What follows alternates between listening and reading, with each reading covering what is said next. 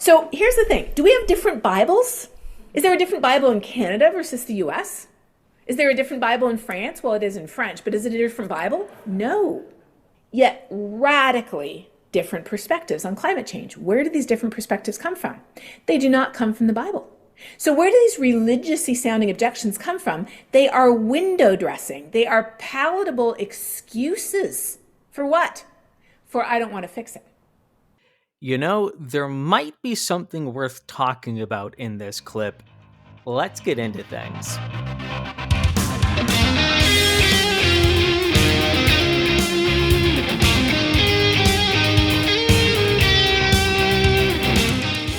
Welcome to the Enemies Within the Church podcast. You can go to enemieswithinthechurch.com right now to view the documentary if you haven't already.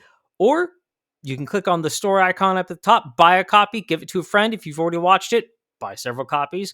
We also have our brand new small group curriculum that came out. Yes, it's based off of the film, but more than that, it's definitely more expansive, and it meant for the purposes of engaging with and growth rather than simply the more informative, letting you know what's going on that the documentary was.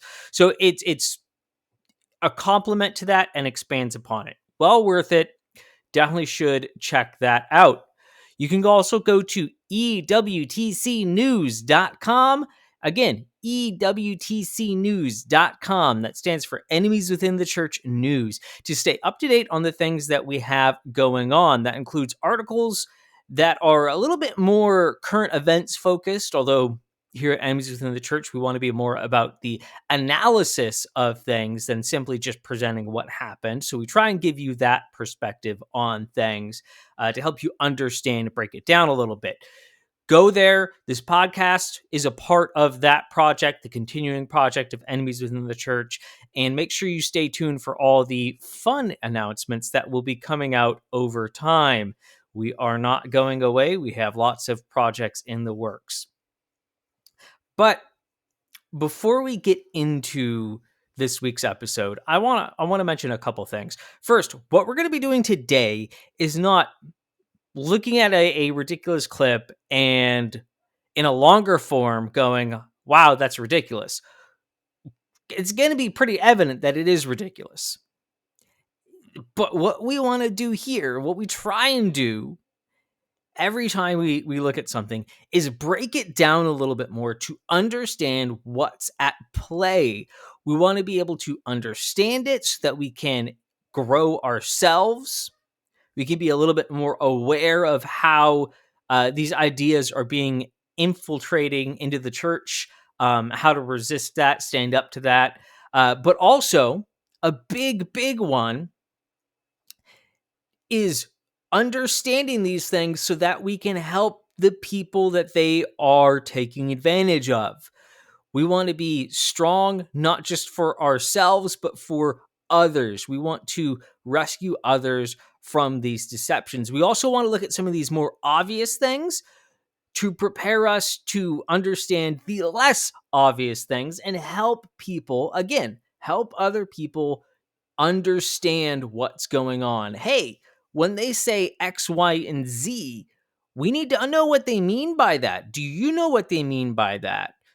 You're starting to buy into the bigger idea of what they're saying, but do you understand what it's resting upon?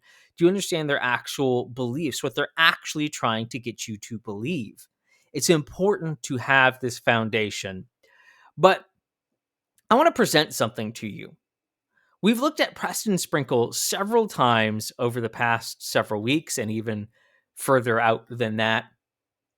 And in doing all the different research that keeps bringing me back to him, whether it's dealing with the crew situation, and of course he's there, or just some of his own antics,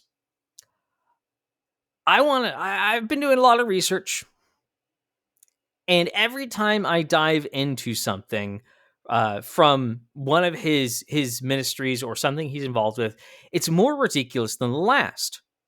Now, I know he is popular in conservative circles, or at least, quote, conservative circles. We won't make a distinction on that right now, but He's also very popular in organizations, institutions, very much in many, many schools. So my question to you, would it be useful for us to begin a podcast and article series where we dive more into Preston Sprinkle and a lot into his content and a lot into some of the more uh, ridiculous things as you get further away from the very public side of him and his teaching and you get a little bit more deeper? Would that be something that is valuable to take some time to do? I need that feedback. We need that feedback before we engage in that project. Now, that wouldn't necessarily be every episode for, however long, but just over the course of time, maybe once a month, do an episode trying to break this down in the hopes of giving people a foundation for clearly communicating to others why Preston is a problem, why his beliefs are problematic. If that would be helpful, if that'd be useful, please let us know. You can comment on YouTube, on Rumble. You can reply. There's always just an open reply question on Spotify. You can do it there. I don't know if some of the other podcast platforms let you directly communicate like that. If they do, that's great. If not, you should jump to one of those other platforms to let us know. It's the quickest and easiest way. It also lets others see as well so that there can be a little bit more of an understanding and help others to kind of gauge what people are seeing. If that would be something useful, go ahead and let us know. But let's jump into things. So this is going to center on a clip from Catherine Hayhoe. Hayhoe. If you say it too fast, it just becomes Hayhoe. Who is a climate scientist and also claims to be an evangelical Christian. Now, probably wouldn't really care if that was it, but she is, kind of on the same vein as Preston. She's used in Christian institutions. She's spoke at Southeastern Baptist Theological Seminary. The clip we're looking at here is from Seattle Pacific University, which is a Methodist aligned or historically Methodist aligned, not United Methodist, school and seminary. But that's the purpose. We want to look at her because she's being used, is particularly being used to train up and educate our young people. That's a problem. But there's there's useful things for understanding some of these ideologies. So let's jump into it. Let's jump into it and watch this short clip. It's only 4 minutes long. And it will give us a foundation for having a good conversation. So here's the thing. Do we have different Bibles? Is there a different Bible in Canada versus the US? Is there a different Bible in France? Well, it is in French, but is it a different Bible? No. Same Bible, same God. And in fact, you see this in the US with Hispanic and white Catholics, same Pope, yet radically different perspectives on climate change. Where do these different perspectives come from? They do not come from the Bible. So where do these religiously sounding objections come from? They are window dressing. They are palatable excuses. For what? For I don't want to fix it. Because if I say there's this global issue that affects us all, but it's affecting the poorest and the most marginalized people worst, what would we all think Jesus would say about that? In fact, there's a National Association of Evangelicals report on climate change called Loving the Least of These. Not good, right? But if we don't want to fix it, then we have to make up a pious sounding reason why we don't want to fix it. So this is what we do. We make up these reasons. So in responding to those reasons, I don't go to the science. I would go to the Bible. And so for the people who say, well, God's in control, so nothing like this, why would this happen? I just go to Genesis 1, where it says God gave humans responsibility over every living thing on this planet. In fact, that was why we were created in God's image. And for the people who say, well, responsibility, that's translated have dominion over, I say, okay, let's just go to the Hebrew word rada. And if we go to elsewhere in the Old Testament where the word rada is used, it refers to God as a ruler having dominion over people to do what? To crush them into the ground and extract every penny of value from them? No.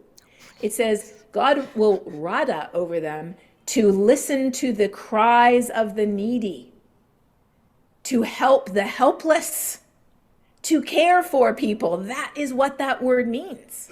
And then to the people who say, well, the world's going to end anyways, why does it matter? It's so interesting because people 2,000 years ago were people. And back then, there were people, especially in Thessalonica, who were essentially checking out of life. They were saying, well, the world's going to end anyways, Maranatha, come Lord, come. They were just sort of quitting their jobs and putting their feet up in the easy boy chair of life.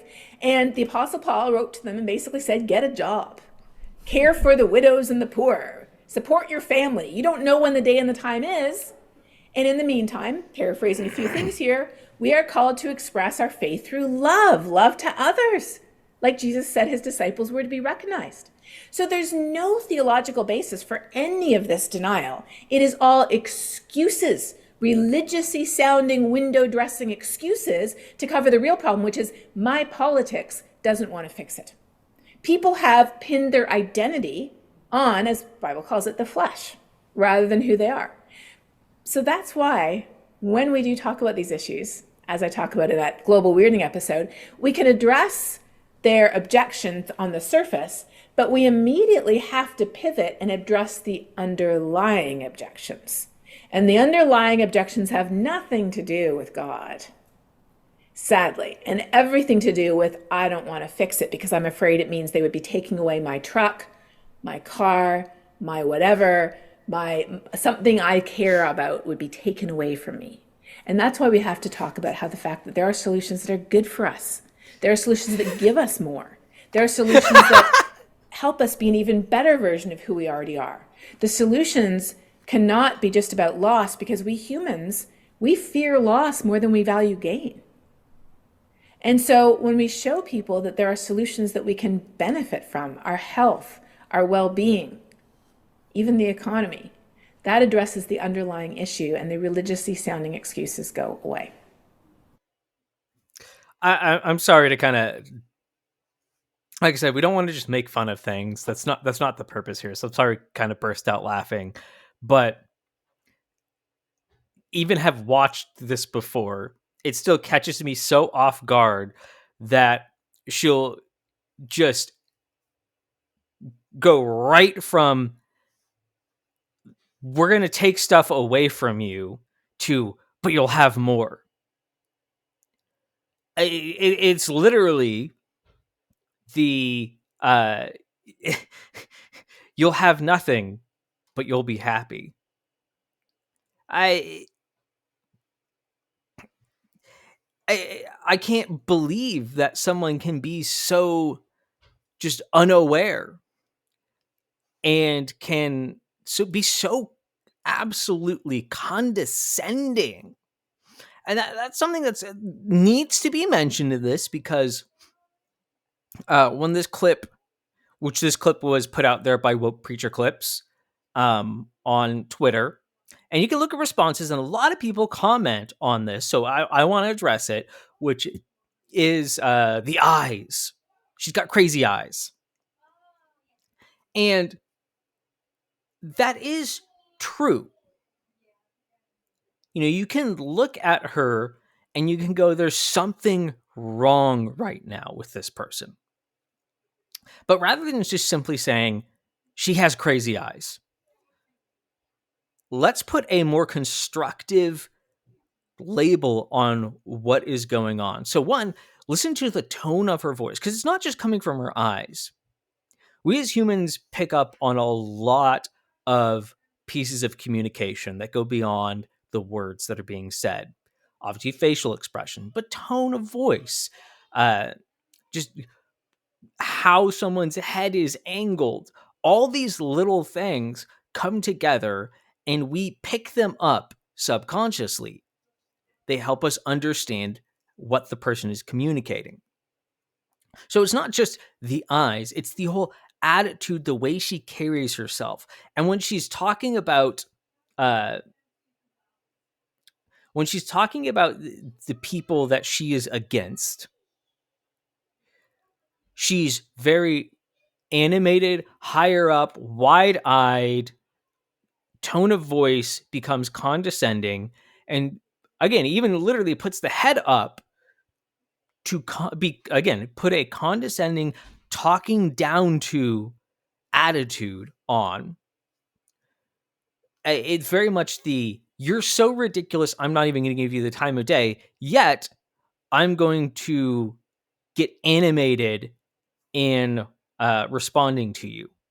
I really don't like using this term, and I'm going to honor my high school friend's dad, who was on a one-man crusade on Facebook to redeem the name Karen, because that was his wife's name.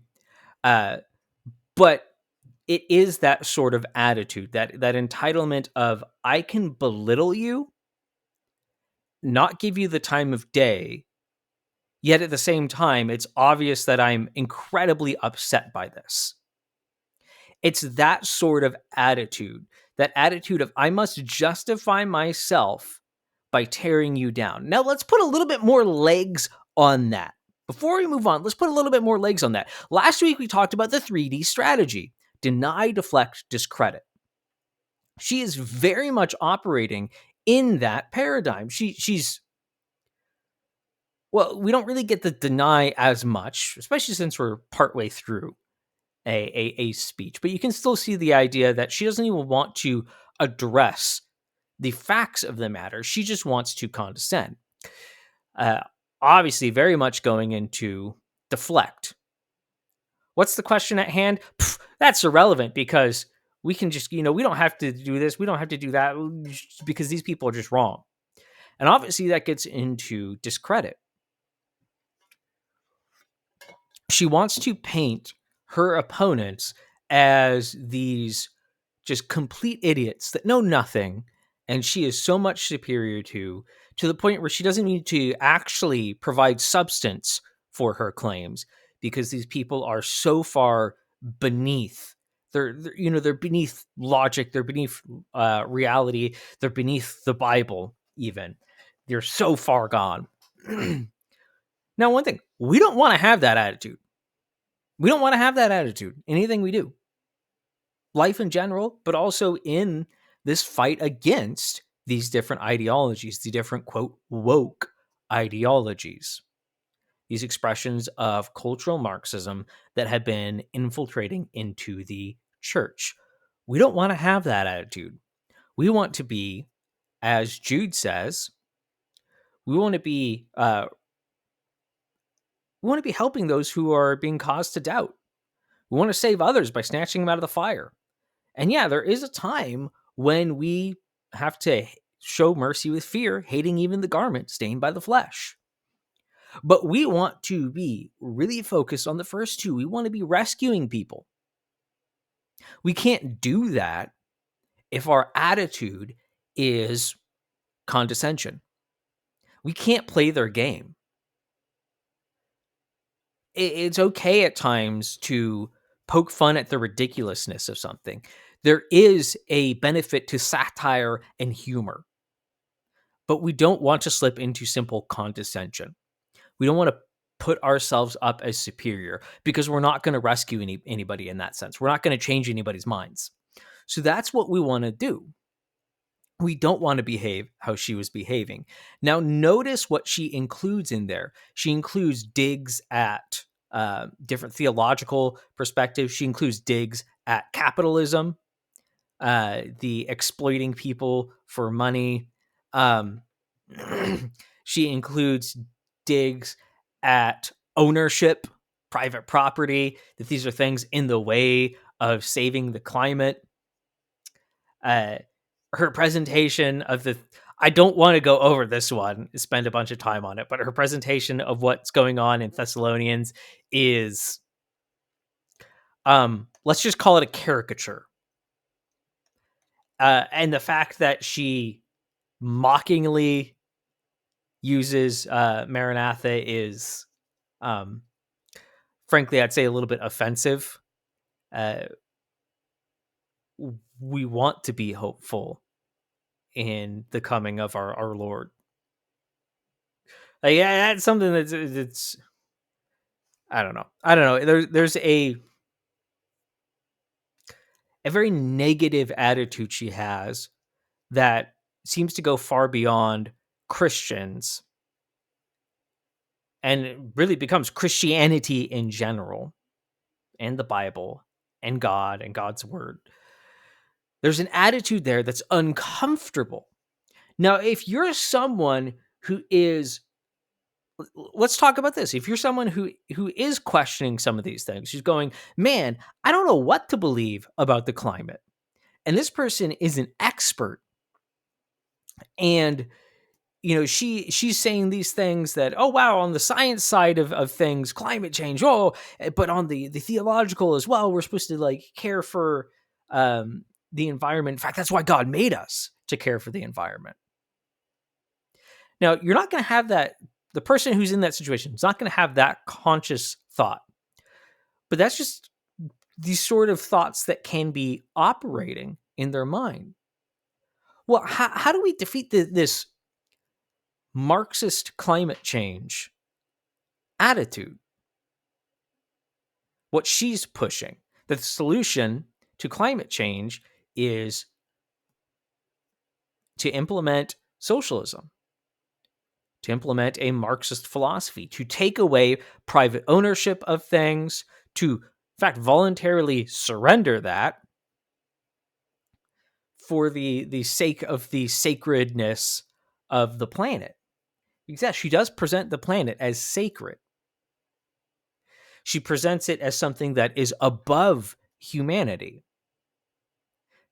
And she realizes she does that in the whole Dominion commentary she gives. She realizes she did that. She realizes that she put humans as underneath, inferior to the planet. That we're simply here as God's gardeners to take care of his planet, and specifically in an environmentalist sense. And then she had to go, oh wait, back up. But people are going to point out that that's not the word. The word is dominion. So then she has to create a new definition. Let's actually examine what is the word that she's trying to use. Now, let's put something in from last week, the 3D strategy. There was an important question that we brought up of how to deal with that strategy. Does the response answer the question at hand? Does it actually address the concern? So that's something to look at in this. Now, it's the question at hand is a little bit more abstract because she's creating a question that she then begins to answer. So it is a little bit more abstract, but we can still apply that logic of, is she actually responding to the objections? I think it's obvious she's not, but let's look at it. So let's talk about the word dominion. Let's talk about the word dominion.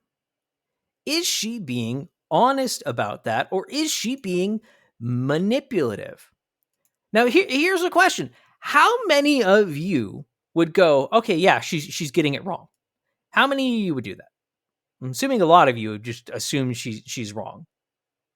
How many of you, if you're being really honest with yourself, would actually go out and look up the word? How many of you, again, try and be honest with yourself, how many of you would just completely miss what she said there because you're focused on some of the other parts? How many of you might miss that or did miss that when it was being played? Again, put yourself in that, and then imagine that her more targeted audience, because she's not going after someone who is more alert and aware. She's going after someone who is paying less attention.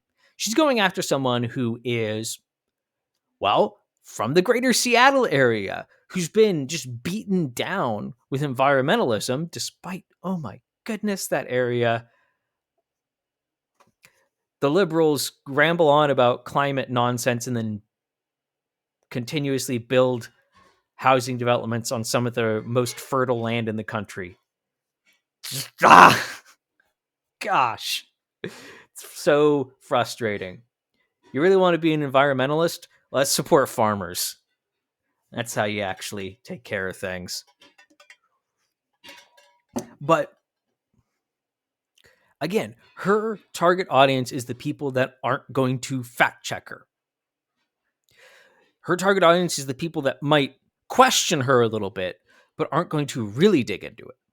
They're not going to ask the question that we put forth of, does her response answer the question at hand? So let's talk about the word Rada. Rada. In the KJV, because we're just using a basic Strong's definition here. We don't need to do a deeper word study than that. We're just trying to get a basic picture. It's used rule, dominion, take, prevaileth, reign, rule. The outline of the biblical usage: to rule, have dominion, dominate, tread down. Oof. To have dominion, rule, subjugate, to cause, to dominate, to scrape out. I gotta be honest, it's not looking good for her. It's not looking good for her portrayal of this. It's a primitive root. It means to tread down, i.e. subjugate, specifically to crumble off, come to, make to, have dominion, prevail against, reign, bear, make, to rule, over, take.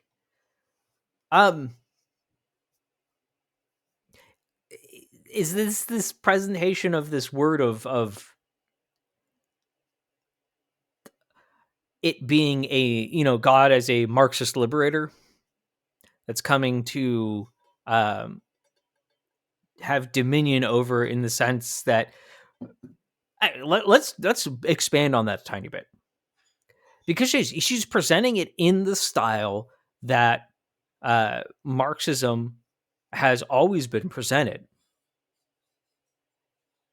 which is the promise that the quote oppressed, if they give over their power, if they join in with the Marxist revolution, that they'll be liberated from that oppression.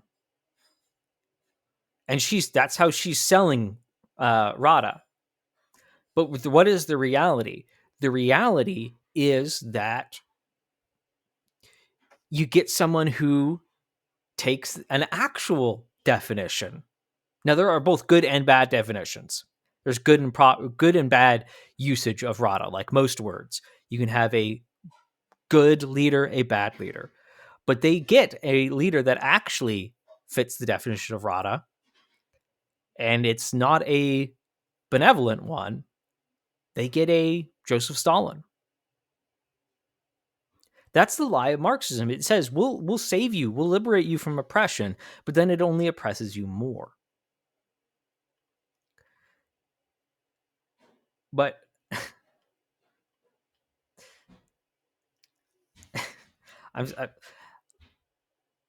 it hurts. It hurts to look at some of this stuff, and it hurts that people struggle to see it.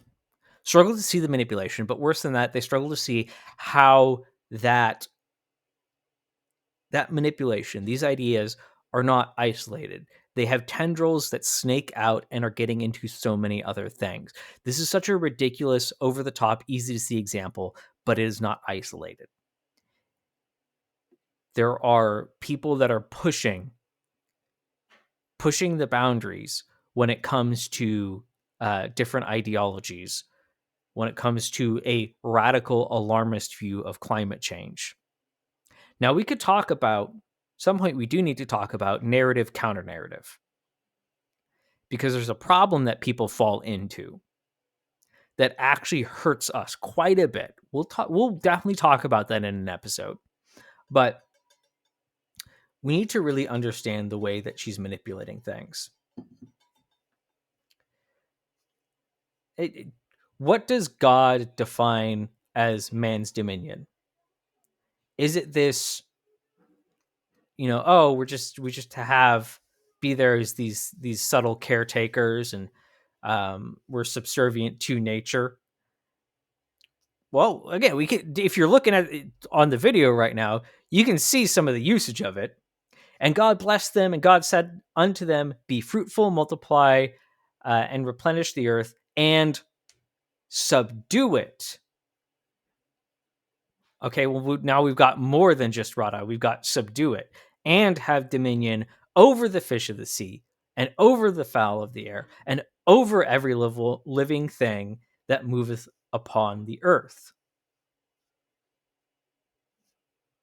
Okay, there's some added definition there. There's more than just rada. That's one of the things she's doing. She's trying to reduce it just to one word, but the word exists in context. Leviticus 24:43, thou shalt not rule over him with rigor, but shalt fear thy God. So it is about more than just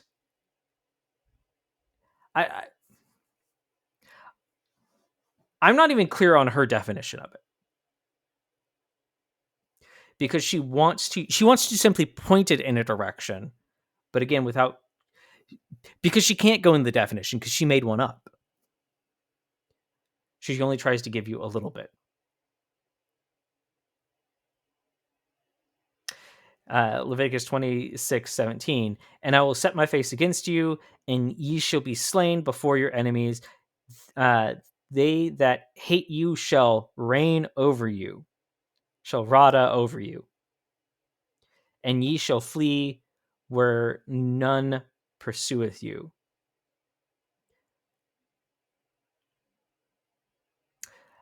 Out of Jacob shall come he that shall have dominion, and shall destroy him that remaineth of the city. I got to be honest. Where is this? Where is this definition that she's putting forth? It's not there. It doesn't exist. It's a myth. So that's a problem. She's defending an idea using lies. But this is why it's important to ask the question. This is why I stressed it so much last week. Asking the question, does her response answer the question at hand? No, it doesn't. It's all deflecting from the issue. It's all trying to discredit those who would come against her. It's manipulation. But as I said, she is ridiculous. We've established that. Anyone that's willing to lie to get their way is ridiculous. Is, well, obviously untrustworthy. So why is someone like this being brought in to educate, to lecture to people who are going to be, some are just, universities as well, not just seminaries, but we get a mix of people who are trying to pursue education in a Christian environment. We get people who are becoming pastors of churches that are being educated by this person. That's really concerning. So this is not something that's going to go away. They might look at her and go, okay, yeah, that seems a little bit extreme. But if she's done her job, she's moved people a little bit further.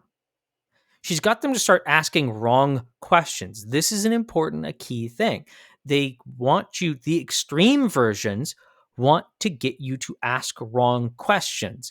Then when the person they've influenced is asking wrong questions, they bring in some of that ideology, and then they communicate it down the line. So yeah, you get a diluted version, but it's still getting transmitted. It's spreading further and further.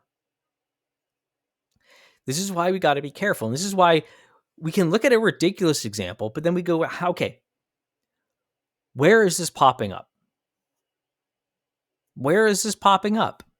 What is the downstream of her? Is that affecting things? Do we see Christians? We see pastors? Do we see in institutions, in denominations, in individual churches, in individual Christians? Do we see them going, yeah, maybe we need to make some big changes because of climate change. Maybe we need to decrease certain, like carbon emissions and things like that. God did. God did. He did set us here to, we are to be good stewards of the earth.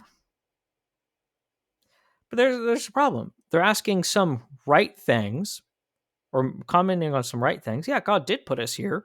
We have dominion over the earth, but we're also to be good stewards of it. This isn't our creation. This is God's creation that he put us in charge of, above, not below. So we are to be responsible with our use of that. And there are a lot of times we as humanity are irresponsible with that. There is actual pollution that does exist. But using something like that to jump to alarmist climate change, ooh, that's a big difference. That's a big, big difference. But this is going to be the downstream you're going to see is not the overt manipulation that she's committing, but it's going to be rooted in the subtler things. It's going to be, well, yeah, we do need to reduce pollution. Okay, yeah, I can agree with that. Fine. Pollution's not a good thing. What do you mean by pollution? What do you mean by reduce? Who does that reduction? What is the avenue to get there? What is the ideology that you're actually intentionally or unintentionally pushing? What is the path forward? Because you see clearly in what Catherine Hayhoe is pushing, there is very much an ideological bent to it, that she wants to get rid of private ownership of things, or at least of anything she deems irresponsible. She sees herself as a superior to the common person, but also their liberator. Well, that's called a tyrant. It's called a dictator. She sees herself, or she sees capitalism as a problem, exploitative.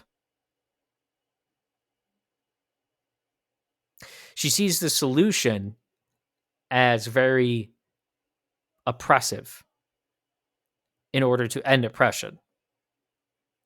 This is probably a problem.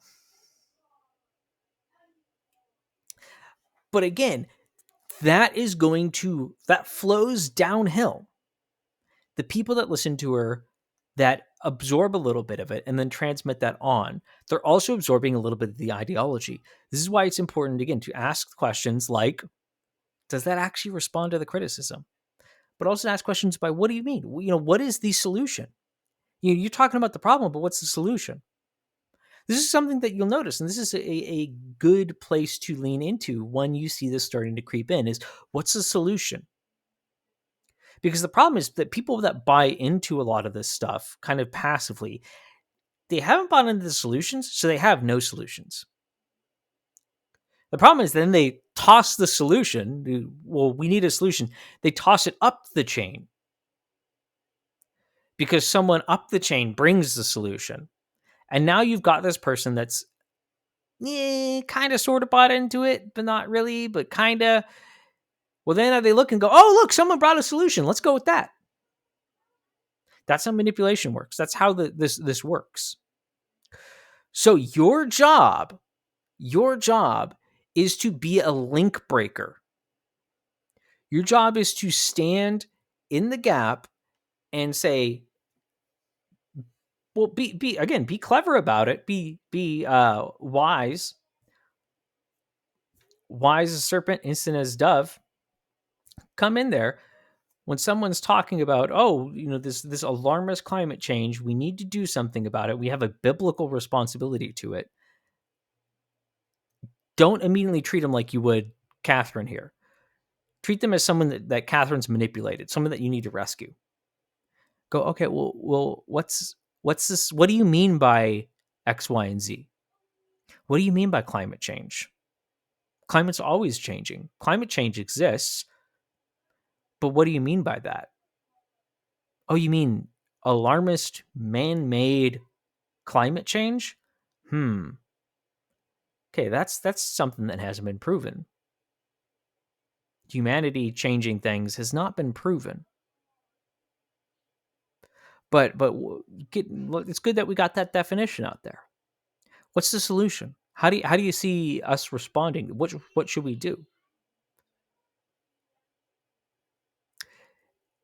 And they're either going to say, I don't know, or they're going to just go, oh, well, here's this solution that someone up the chain told me. Well, have you thought about that solution? What does that entail? What is the ideology that promotes?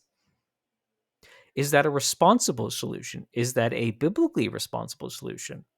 What do you mean when you say that we have a biblical responsibility to respond to, quote, climate change? Again, talking about your version, your man-made alarmist climate change, formerly called global warming.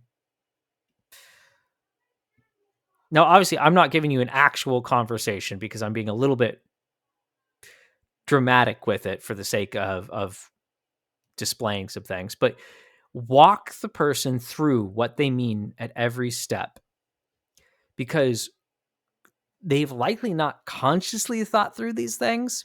They've only been berated with them until it seeped in. So you're going to have to help them expose the beliefs that have been injected into them and then deconstruct those things. Yeah, there's a time when deconstruction is a good thing, and it's when you're dismantling a infection that's been injected into someone's belief system. Remove that infection, deconstruct that infection, and you're going to have to engage in the discipling process of building them up in the truth. You're going to have to be not only a link breaker, but a link maker. Gosh, this is turning into it's turning into a generic sermon. I need more alliteration, though. But I didn't mean that in a negative way. I'm just poking fun at modern pastors' love for using alliteration. I'm not immune to that. Not immune to that. It's fun. But you're going to have to be a link maker. They're pushing things down. They're creating a chain, and they're pushing their ideology down it. You got to break people out of that one and put them in a biblical one. You're going to have to transmit proper teaching to them. But we have an advantage. It's called discipleship. We're not trying to manipulate them. We're trying to elevate them. In the manipulative side of things, they don't want people to be lifted up the chain. They don't want people to become more educated. They want people to stay where they're at because that's where they can be manipulated. We want to disciple people. We want to take someone and lift them up, improve them, increase their knowledge, increase their understanding of God's word. We want to see them grow. Grow. Not grow in indoctrination, but actually grow. We want to see, take these spiritual babies, grow them up, teach them to walk, teach them to run, educate them, grow, and then watch them go out on their own. I don't mean that in a lone wolf Christian way. I mean that in the sense of they've grown up to the point where they're now a full adult in the faith. And they're able to carry that with them. They're now able to go and disciple other people in a strong, robust, and biblical way. That's our goal here. That's what we want to actually do. So, with all that, I hope that's helpful. I hope that's got a lot of good thoughts moving in you. You're thinking through things. You're asking questions. You're thinking about people, individual people. You're going, maybe this is a good place. I've struggled to have this conversation with this person. This has been a pain point with us. But I feel like I've got a new approach, a little bit better of perspective, and I'm going to re-engage this. If anyone's feeling that way, that's a big encouragement. I'm glad that was helpful. But as always, you can let us know. How was the episode? How can we improve? If it was useful for you, it might be for someone else. Share it with that person. Also, make sure to do those normal things like, comment, share, subscribe. We want to make this a helpful resource that reaches people. And unsurprisingly, things like YouTube, Spotify, all these other things don't like the type of content we have. No, it's not necessarily being suppressed, but the algorithms don't like to push it forward.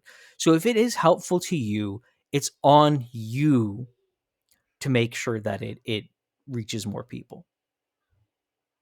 But again, if it's been helpful to anyone, that's enough for me. That's enough for me. I'll be okay with one person. I'll be okay with 10,000 people. God's put me here for a specific purpose, a specific reason, and I'm going to act on that, whoever comes. That's one of the attitudes we need to have. Stop focusing on numbers and focus in on being faithful to where God's put you. So, God bless you. We hope this has been helpful to you. And remember, don't go woke.